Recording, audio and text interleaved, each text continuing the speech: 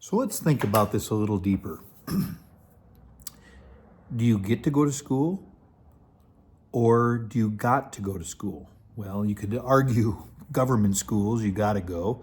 But let's face it, in a lot of countries, education just isn't a real thing. So you get to go to school. It's an opportunity, it's a mindset. You got to go to your grandma and grandpa's house for Christmas or for Thanksgiving, or do you get to go to grandma and grandpa's house for Thanksgiving and Christmas? You know, when you're raising 5 kids, in our case, it was hectic. It was really hectic. And how you act around your kids getting to go to places like grandma and grandpa's house is really how your kids will someday act when it's their turn to come visit you. You get to go visit your grandma and grandpa. Why? Because grandma and grandpa are on borrowed time. 76 years old is the average lifespan of a man. 85 years old, I believe, or 86 years old is the average age of a woman. So when you say you have to go, or I've got to go to grandma and grandpa's, how many more grandmas and grandpas Christmases do you have? Do the math. It's pretty simple. It's pretty simple. If your dad is 60 years old, you got 16 more Christmases. And everything else is just borrowed time. Borrowed time. So you don't got to go, you get to go. You get to take your wife out on an anniversary. You get to have a birthday party and celebrate once a year for your children. And that's something I could have done a lot better on, the whole celebrating birthday parties. We didn't do that really because I just seen some things where people just almost like their God was their children. And maybe that offends some of you. But so we didn't do a big Christmas, just kind of, or not Christmas, but birthdays. But looking back, I wish I would have done a little bigger. But in the storm of the things and the snow pounding and the sleet pounding in your face and the hail pounding in your face, I didn't have to do birthdays, but I got to do birthdays. Changing our mindset. Do we get to or do we got to? You get to go to work. You don't got to go to work. There's countries where there is no work to be had. Think about it, folks. There is no work to be had. So you get to go. When you go to work, it is an opportunity to go. It is. Think about how simple this is. You go to work. It's kind of fun. You can use it for a form of meditation. You learn to be a better person every single day, 1% better every single day. 100 days, you're 100% better. That's how that works, okay? But you go to work. You can learn to like it. And people say, oh, I can't learn to like work. Well, if I say we're leaving at 4 o'clock in the morning to go elk hunting or bighorn sheep or whatever it might be, oh, you can make that, but you can't make work? Oh, no, those are both work. Elk hunting, bighorn sheep, deer hunting, fishing, that's all work, but you enjoy doing it. Therefore, it's not work to you. You can come to the same conclusion at work. If you learn to love what you do, that's contentment. That's contentment is what that is. So, they say if you do what you like, you'll never have to work a day in your life. So learn to do what you like. And if you're going to do something, like my dad always says, if you're going to do something that makes some good money. Pretty simple. Do something. If you're going to be there for an hour, you might as well do something that's going to make you a lot of money in that hour, right? That's called being a provider, hunter-gatherer, right? So you get to go to work. And in America, we say we got to go to work. Oh, I got to work that day. No, you get to go to work that day. Literally, people are coming to this country legally and illegally because they have the opportunity to work. The opportunity to work. Do you get to or do you got to? So that's all I really wanted to leave you with today. Do you get to or do you got to? Well, you get to. No one is making you do anything. There is nothing that we do that we are forced to do. You always have a choice. When we had the Berlinberg trials in Germany, a lot of the SS said, "Oh, we had to do those things." No, no, no, no, no, no, no. You did those things. Part of being a Republican, it's in the Republican platform, is, and really it's just an American concept. So for the 1% of you that it might be Democrats watching this, I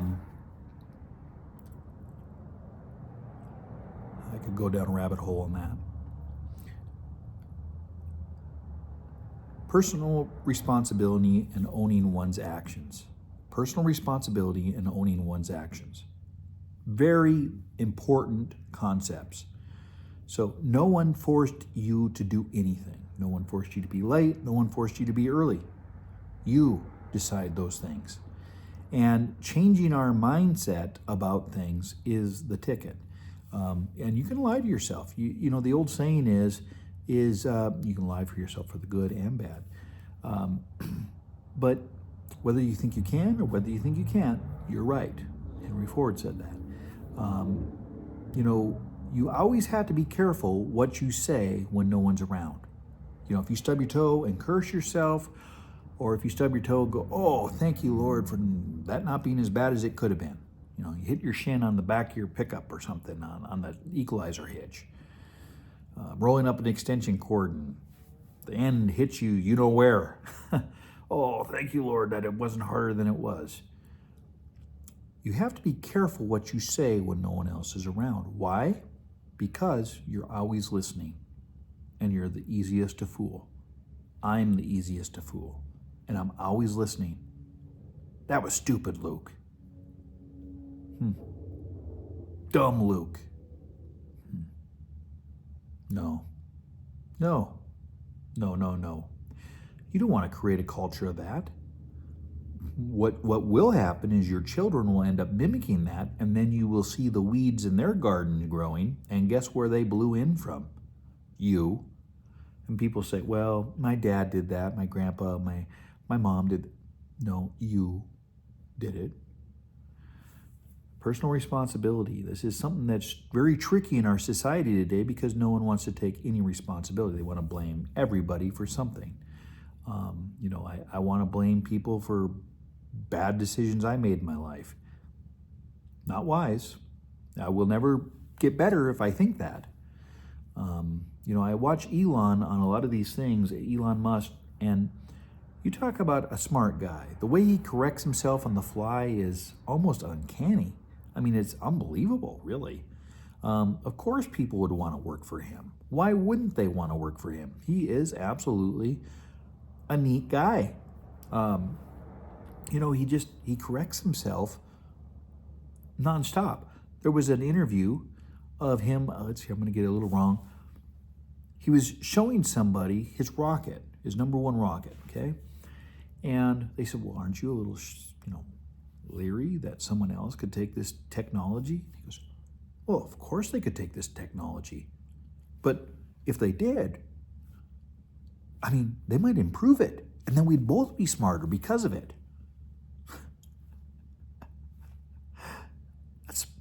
Elon, if you're watching, that's awesome that you're that way. I hope you never lose that. I hope you never lose that organic awesomeness that you have. That's God-given. Another thing Elon does is that in the same interview, they said, "So you're saying the hull of the rocket is 100% triple insulated, but the cab of the rocket isn't?"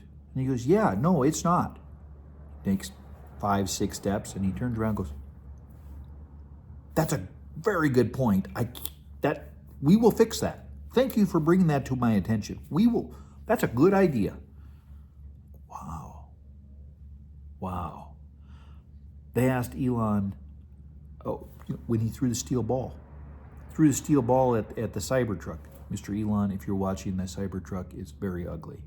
And I'm not a coal-powered vehicle guy. I am not. I understand what you're doing. I get it. But I don't like what the government's telling me what I have to do with buying electric vehicles. Coal-powered vehicles. Excuse me, I misspoke. But anyways, he threw a steel ball at his Cybertruck. And it broke after shooting it, with an arrow and all that fun stuff, and guns. And it broke the window. And he said, that wasn't supposed to happen, and we'll fix that. Not anything else, just boom. That was the way it was. Another thing Elon did is some interviewer asked him, he said, Elon, a lot of your businesses are not doing well. He goes, you know what, that is true. And you know what, I thought that when we started Tesla, that we had about a 6% chance of success. And he said, and truthfully, it wouldn't have succeeded if I wouldn't have dumped a lot more money into the company, into the idea of it. He said, and that is doing well. And he said, in SpaceX, we thought, when I started that, I thought it had half of a chance of that. So about 3% chance of success. In other words, what he was saying is I'm taking on businesses that nobody else would do. No one else would do. And look at his success rate, because he's thinking positive. He's thinking, I bet we can do this. This would be awesome. And by the way, SpaceX proves the incapability, I said incapability for a reason, that the federal government and state government cannot ever, ever, ever compete against the free market. It's impossible. Why? Speedy's Delivery, FedEx, UPS all makes a profit. All of them make a profit. U.S. Postal Service, wah, wah, wah. It's in the red. Profitable, now Amazon. And it's so profitable that Amazon is now competing. Top 4, U.S. Delivery or U.S. Postal Service, wah, wah, wah. NASA, let's see here. Boy wonder, Elon Musk, I'm kind of on a little rabbit trail here. Boy wonder, Elon Musk made NASA a laughingstock. Yes, it did. He literally is light years ahead of our federal government when it comes to SpaceX. But he has this attitude about him where genius people are attracted to him like magnets are to metal. It's just like he's a magnet. Just, oh, here comes another one. I mean, that's what he's doing. And he's getting crowded with people because of his great attitude. Do I get to or do I got to? You get to. If you have an old jalopy, hey, you have an old jalopy. That's awesome. Welcome to America. You are still wealthier than you're in the top 90% of the wealthiest people in the world if you live in America. Pretty amazing. Pretty amazing. I'll end with this one story, and this is really cool. I should have started this whole deal with this story. I had an African come into my shop one time, in my barber shop. And Africans as a whole dress really nice when they are in town. And at least the ones here in North Dakota are. And he came in and his pants were dusty. And I asked him, I said, I'm not going to say his name, but he said, I said, what happened? Your pants are all dusty. Oh, Mr. Luke, I had a flat tire. I said, oh, I'm sorry. He goes, oh, no, Mr. Luke, it is good. It is good. All good. I said, no, I meant, I'm sorry that you had a flat. Oh, no, Mr. Luke, it is fine. It is good. I'm like, no, I meant, I thought there was a language barrier, a customary barrier. Like I didn't, not that I went out not to help him, but he goes, oh, Mr. Luke, I get what you're saying. I get it, what you're saying. He said, Mr. Luke, I work 4 jobs. I have 110, 120 hours a week. I have a lot of money. I bought a motel back in my home country. and a house for my mom and dad to live in. I am doing very well, very well. He was working at, mind you, Burger King, Baker Boy, Walmart, and somewhere else. I think he was delivering food on his free time. Mind you, dressed to the T, but just a mattress. Yeah, just a mattress. No bed frame. And 4 roommates. Gentleman of gentlemen's. And he goes, Mr. Luke, see, I have money in the bank. And I have there's tires for sale, used and new for my car. Everywhere. I am in America. And I have money to buy them tires. And Mr. Luke, I have a car to put those tires on. I am very good. I am very blessed. Very blessed. See? The positive of a good attitude. Good attitude. Do you got to or do you get to? You get to put new tires on your old car. You got to wear them out. That's a good thing. So when you put new tires on, you literally went to work with that car and you made money with that car. That is a good thing. It is a good thing. Wear out your power tools. Wear out your hammer. Wear them out. It is a good thing. And you live in America. There's more hammers. There's more pocket knives. It's wonderful. It's a good, good thing. Do you get to or do you got to? Folks, this is Luke Simons. Hope you enjoyed this little, hopefully inspirational video. A little bit of maybe philosophy. Until next time, may the Lord guide and keep you. Happy trails.